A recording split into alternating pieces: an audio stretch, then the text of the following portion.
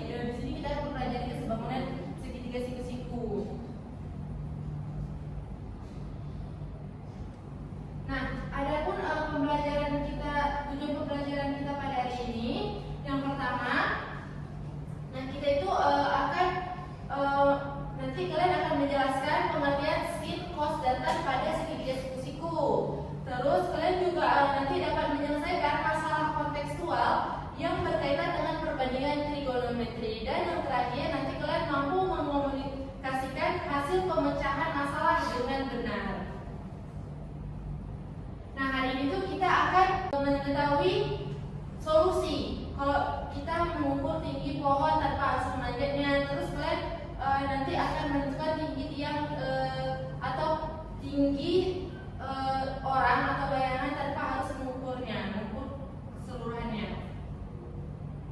Nah, adapun langkah pembelajaran kita hari ini kita menggunakan model pembelajaran project based learning yang mana langkah pembelajaran itu yang pertama ada kita akan orientasi peserta didik pada masalah dan mengamatinya. Nanti ibu akan memberikan LKPD untuk kalian mengamati masalahnya, terus mengorganisasikan peserta didik untuk belajar, membimbing penyelidikan individu maupun kelompok. Nanti waktu kerja kelompok ibu akan membimbing kalian apa yang kalian tidak ketahui. Selanjutnya ada mengembangkan dan menyajikan hasil karya, dan yang terakhir menganalisis dan mengevaluasi proses pemecahan masalah. Nah, sebelum kita memasuki pembelajaran hari ini, ibu akan kasih tahu kalian, nanti ibu akan menilai sikap kalian nih dalam pembelajaran hari ini. Kalian mendengarkan enggak? Kalian fokus enggak? Terus kayak mana kalian dalam bekerja kelompok, nanti aktif enggak kalian ya? Nah, sebelum kita memasuki materinya, alangkah baiknya kita mendengarkan video pembelajaran terlebih dahulu. Oke, sekarang kita lanjut materi perbandingan trigonometri pada segitiga siku-siku. Perhatikan segitiga siku-siku di bawah ini. Ya, sebelum saya bahas masalah trigonometrinya, teman-teman harus tahu dulu nama sisi-sisi pada segitiga siku-siku. Nah, sisi bagian ini kan sudut siku-sikunya. Sisi yang membentuk sudut siku-siku ini dikatakan sebagai sisi siku-siku. Kemudian sisi sebelah sini, sisi yang bukan merupakan sisi siku-siku ini adalah sisi terpanjang, dikatakan sebagai sisi hipotenusa. Nah, untuk mempermudah mengingat perbandingan trigonometri ke depannya, kita kasih istilah baru untuk ketiga sisi ini. Tapi sebelumnya kita kasih sudut dulu, misalnya sudutnya di sini, sudut alfa. Nah, sisi yang berada di depan sudut, ini kan sudut alfa. Sisi di depannya yang sebelah sini, ini kita kasih namanya sebagai sisi depan. Hipotenusanya sisi terpanjang ini kita kasih namanya sisi miring. Ingat ya, sisi depan, samping, dan sisi miring. Dan saya tegaskan sisi miring ini yang kita sebut sisi miring bukan karena posisinya miring ya. Nah, sisi miring ini adalah sisi terpanjang atau hipotenusa. Jadi kalau segitiganya seperti ini, sisi miringnya bukan ini, tapi sisi terpanjang berarti ini sisi miringnya. Ya, hipotenusanya sisi selain sisi siku-siku. Oke? Nah, sekarang kita bahas perbandingan trigonometri. Yang utama ada tiga, yang pertama sinus atau kita sebut aja sin. Sinus atau sin alfa di sini adalah perbandingan sisi depan per sisi miring. Ya, sisi depan kita beri dengan sisi miring atau kita tulis demi depan per miring. Ini disebut sebagai sin alfa. Kemudian perbandingan trigonometri yang kedua ada yang disebut dengan cosinus atau kita singkat cos. Cos alfa itu perbanding ya sisi samping per sisi miring. Jadi kita tulis saja samping per miring. Ini sisi samping, ini sisi miring. Dan yang ketiga ada yang disebut dengan tangan atau biasa kita tulis sebagai tan. Tan alfa ini perbandingan sisi depan per sisi samping atau kita tulis desa. Oke, jadi cara mengingatnya teman-teman ingat kalimat ini: sin demi kosami tan desa. Gampang kan? Ingat sin demi kosami tan desa. Nah, dari video pembelajaran tersebut ada yang bisa menyimpulkan, ada yang bisa membantu ibu nggak untuk menyimpulkan apa yang kalian tangkap nih? Ya bu, kayak Nurmalis aktif kali ya hari ini pembelajarannya. Silakan Nurmalis. Jadi kalau situ untuk menghafal numerisi itu depan ke miring atau disebut dengan demi. Kalau kos itu samping per miring atau kami. Kalau tangan atau tan dia depan ke samping atau desa. Bagus. Jadi kalau misalnya theta itu cara mudahnya kita hafalnya itu demi atau depan ke kiri. Kalau cos Sami.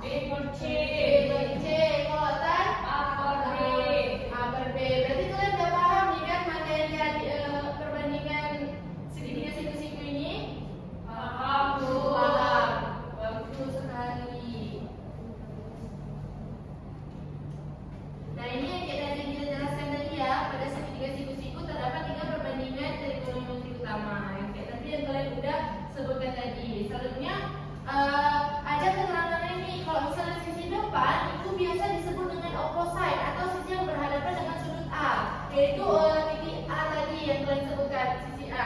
Kemudian ada namanya sisi samping yang kata lainnya itu ada adjacent atau sisi yang berada di samping sudut alfa, yaitu sisi yang kita simbolkan apa? Sisi samping atau sisi B. ya, benar sekali. Yang terakhir ada sisi miring atau hipotenusa, yaitu sisi yang berhadapan dengan sudut siku-siku dan selalu sisi terpanjang, yaitu sisi Miring yang C, Bu. yang C. Bagus.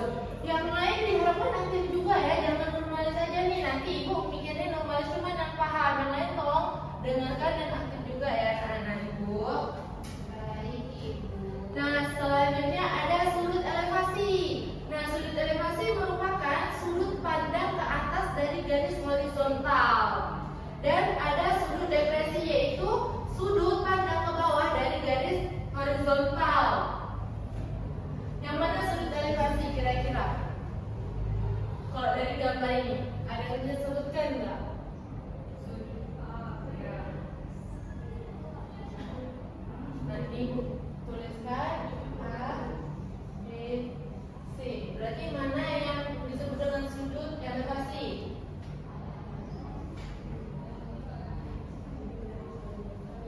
Sudut yang sudut pandang ke atas dari garis horizontal. Sudut apa? Kalau di segitiga ini? Terus sudut depresinya?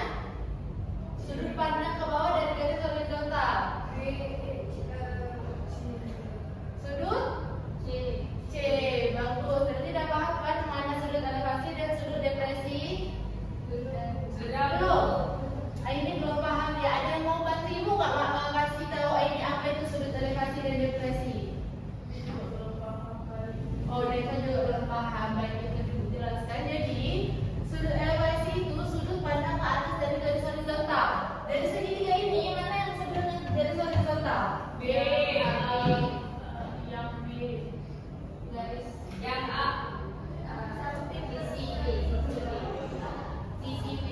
Sisi B kan? Dan sudut elevasi itu kan sudut pandang ke atas dari garis horizontal. Berarti dia yang mengarah ke atas. Berarti sudutnya itu ada di sudut A dan B. Berarti karena dia merupakan garis horizontal kan. Terus sudut depresi itu apa? Pandang ke bawah. Pandang ke bawah. Berarti Ke bawah C, Bu. sudut C. Bagus. Udah paham belum? Paham? Baik. Jadi nanti dalam menyelesaikan soal itu kalian pasti membutuhkan yang namanya tabel nilai trigonometri khusus dari sin konstantan. Kalian udah ingat belum yang ini? Udah kan yang di materi sebelumnya kan? Sudah, Bu. Jadi nanti ini itu digunain nih nanti untuk memecahkan soal. Nah, selanjutnya kita akan menyelesaikan masalah dalam LKPD ini dan akan dibagikan kalian ke dalam kelompok-kelompoknya. Ini bertiga ya, kalian bertiga jadi satu kelompok. Normalis nanti gabung sama ini boleh? Sini aja boleh nggak, Bu? Biar pas tiga-tiga ini. Ada dia, Bu. Ini biar mantap ya. Boleh. Boleh. Biar perbaikan ya. Ini kalian bertiga ya.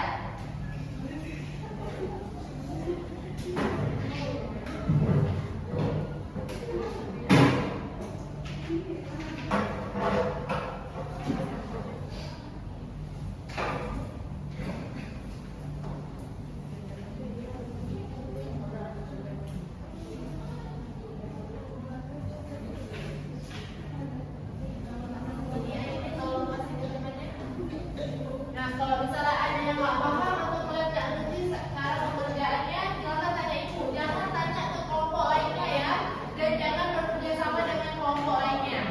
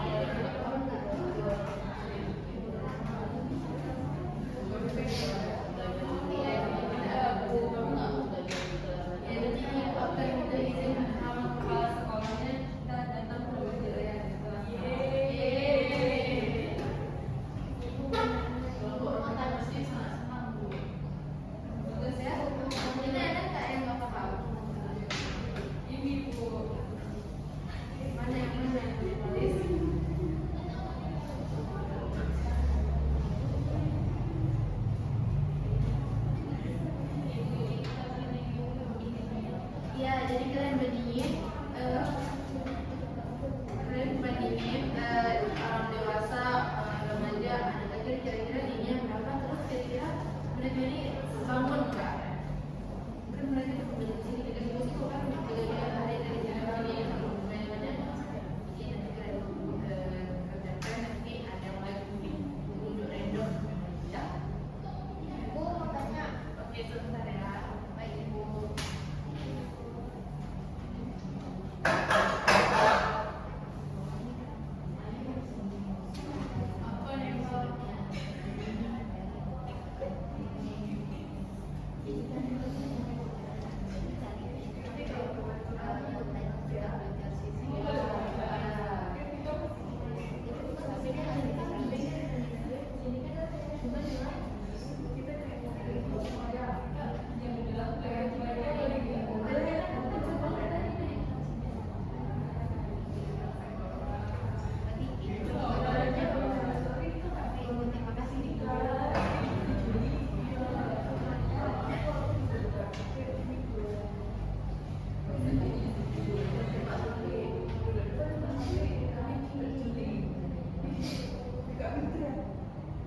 Udah siap belum? Udah siap semua? Atau ada yang masih belum paham nih? Udah siap kelompok remaja metode? Udah belum? Ya. Oh, maaf. Yang sudah siap jadi kumpulkan dulu, nanti kalian lihat bawahnya yang baju presentasi ya. Kelompok ini silakan baju kelompok ini, siapa yang mau baju kelompok? Di luar. Dia balik. Hari ini keluar saja dia yang anti aktif diharapkan nanti minggu depan kalian aktif semuanya ya, jangan hanya nurmalis. Oke, untuk kelompok lain, nah ini ada depan, udah siap. Kalian dengarkan penjelasan dari nurmalis. Silakan nurmalis. Assalamualaikum warahmatullahi wabarakatuh. Waalaikumsalam warahmatullahi wabarakatuh. Saya Nurmalis perwakilan dari kelompok 2 akan menjelaskan mengenai aktivitas 1. Tolong buka yang aktivitas 1-nya. Gambar 4.7 menunjukkan 3 orang yang mempunyai tinggi berbeda-beda sedang berdiri pada posisi yang sama membelakangi sumber cahaya. Setiap orang membentuk bayangan dengan panjang yang berbeda-beda. Yang lebih tinggi akan menghasilkan bayangan yang lebih panjang. Ada anak kecil, remaja, sama orang dewasa. Berdasarkan permasalahan di atas, informasi apa yang kamu dapatkan? Dari hasil diskusi kami mendapatkan ada 3 orang anak kecil, remaja, orang dewasa dengan tinggi badan yang berbeda-beda. Mereka berdiri di posisi yang sama dan membelakangi cahaya. Setiap orang menghasilkan bayangan dengan panjang yang berbeda. Orang yang lebih tinggi menghasilkan bayangan yang lebih tinggi panjangnya. Gambar di atas merupakan segitiga sebangun. Yang kita lihat membentuk yang membelakangi cahaya kan membentuk segitiga yang sebangun. Sehingga dapat kita tulis tinggi anak kecil dibagi dengan panjang bayangan anak kecil. Yang kedua remaja, tinggi remaja dibagi dengan bayangan si remaja tersebut. Dan yang terakhir tinggi orang dewasa dibagi dengan panjang bayangan orang dewasa tersebut. Nah, untuk penyelesaiannya, yang pertama kita lakukan kegiatan mengumpulkan data bayangan dan tinggi badan 3 orang dari contoh di atas bersama dengan teman kelompok kita. Yang kedua, gunakan penggaris. Ukur tinggi badan dan bayangan 3 orang tersebut yang memiliki tinggi berbeda. Lalu catat menghasilkan dalam tabel di bawah ini, yaitu tinggi badan anak kecil 114, tinggi bayangannya 200. Kalau remaja 148, bayangannya 260. Kalau orang dewasa 170, bayangannya 300. Yang ketiga, cari nilai perbandingan tinggi badan dan bayangan dari ketiga orang tersebut. Sebelum melakukan perhitungan matematikanya, coba pikir apakah nilai perbandingan akan sama atau berbeda. Nah, nilai perbandingan tinggi badan anak kecil 115 dibagi 200 sama dengan 0,57. Kalau remaja 148 dibagi 260 sama dengan 0,57. Sedangkan orang dewasa 170 dibagi 300 sama dengan 0,57 juga. Apa yang kalian dapat temukan?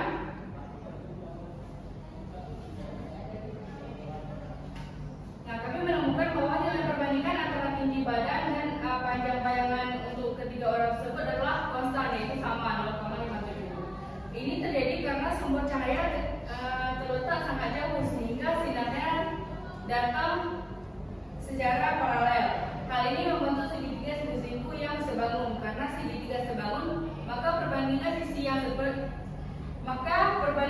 yang bersesuaian dan nilainya akan selalu sama. Nah, yang keempat, tarik garis dari ujung kepala setiap orang ke ujung kepala bayangannya. Nah, kami menemukan bahwa besar sudut elevasinya atau sudut antara bayangan dan garis miring untuk ketiga orang tersebut besarnya sama. Ini sejalan dengan temuan sebelumnya karena ketiga segitiga tersebut sebangun, maka semua sudut-sudut bersesuaian juga sama besar. Yang kelima, gunakan sumbu dan ukur sudut yang berbentuk antara bayangan dan garis miring yang kalian tarik pada langkah keempat. Apakah yang kalian temukan? Yaitu besar sudut pada anak kecil 30, remaja 30, dan orang dewasa juga 30. Yang terakhir, jika kalian mengetahui tinggi anak kecil, apakah tinggi orang dewasa dapat didapatkan? Iya, tinggi orang dewasa dapat didapatkan, asalkan kita juga mengetahui salah satu data tinggi orang dewasa, misalnya panjang bayangannya. Kita bisa menggunakan nilai perbandingan yang konstan, yaitu 0,57 tadi, untuk menghitungnya. Sekian presentasi dari saya, terima kasih. Baik, terima kasih Nurmani. Silakan duduk, beri tepuk tangan untuk Nurmani. Ya, materinya dikumpul ya. Nah, kira-kira nih dari LKPD yang kalian kerjakan tadi ada kesimpulan yang dapat kalian pahami dari LKPD tersebut? Kira-kira dari kelompok 3 ada nggak perwakilan yang ingin menyimpulkan dari LKPD kita hari ini? Ada Bu, ya Mikael. Tiga, maaf ya.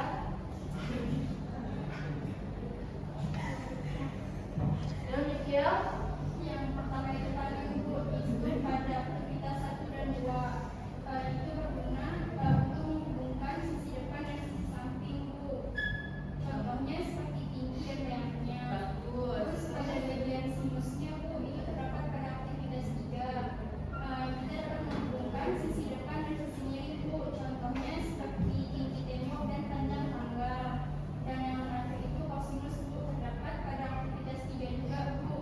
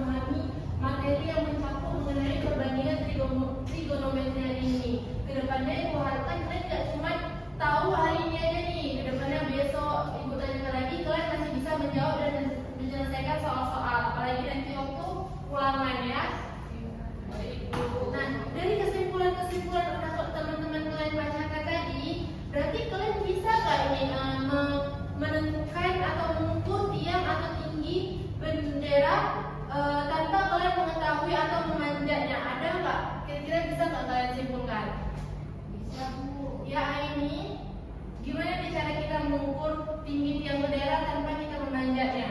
Jadi kalau mau tinggi tiang bendera, kita dapat mengukur bayangan, terus ukur tinggi kita. Oke, terus Jadi terus pakai menggunakan tangan, jadi sisi depan ke sisi samping. Jadi dapat panjang dari sisi tiang bendera. bagus, tepuk tangan. Jadi dari tadi ibu lihat kalian udah bisa nih memahami materi kita hari ini. Kalian juga udah mengingat kayak mana kalian mengingat apa itu sin theta, cos theta, tan theta dengan cara mudahnya. Ibu harapkan kalian nggak lupa nih kayak yang ibu bilang tadi. Selanjutnya untuk ibu lebih tahu nih kalian ini betul-betul udah pahami atau cuman kayak baca-baca aja. Silakan kalian kerjakan latihan. Ada 4 soal. Nanti ini soal pertama dan soal kedua. Kalau misalnya udah siap nanti ibu pindahkan slide. Silakan kerjakan secara mandiri, nggak boleh contek. Kumpulkan. Kalau misalnya udah siap silakan dikumpulkan. Kerjakan sekarang ya anak-anak. Baik ibu.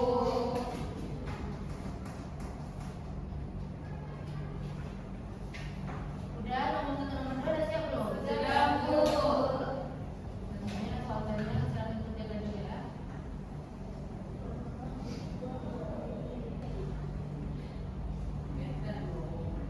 Udah siap? Sudah, Bu. Sudah. Kalau udah silakan dikumpulkan. Ya, bibirnya udah siap.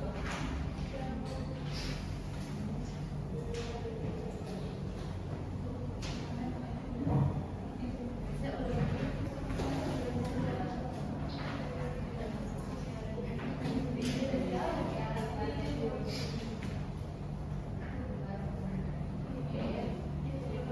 Nanti ibu akan periksa, ibu akan nilai nih kalian betul-betul udah paham belum sama materi hari ini.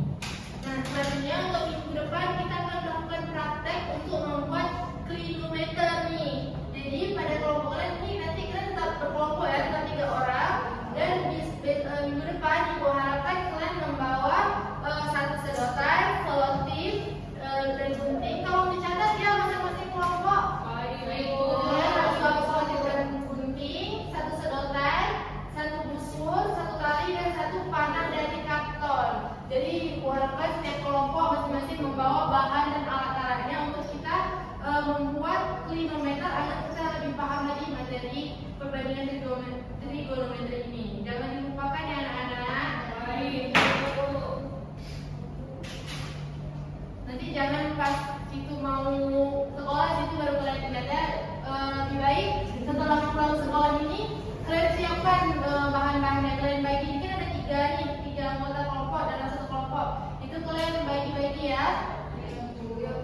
Nah, adapun pesan moral pada materi kita hari ini perbandingan trigonometri pada siku-siku, yaitu perbandingan trigonometri mengajarkan kita bahwa dengan sudut pandang yang tepat kita bisa menemukan solusi tanpa harus selalu berhadapan langsung dengan masalah. Dalam hidup pun seringkali kita bisa menyelesaikan persoalan dengan cara yang lebih cerdas, bukan yang lebih sulit. Jadi kalau misalnya kita tepat nih sama sudut pandangnya dalam kita melihat masalah kita, pasti kita bisa menyelesaikannya. Jadi nggak cuma kita cari kalau kayak gini kayak mana, kalau kayak gini kayak mana sama masalah kita, tapi kita lihat nih apa masalah kita, tujuan kita itu apa, maka kita akan lebih mudah mencari solusi pada masalah kita di kehidupan kita.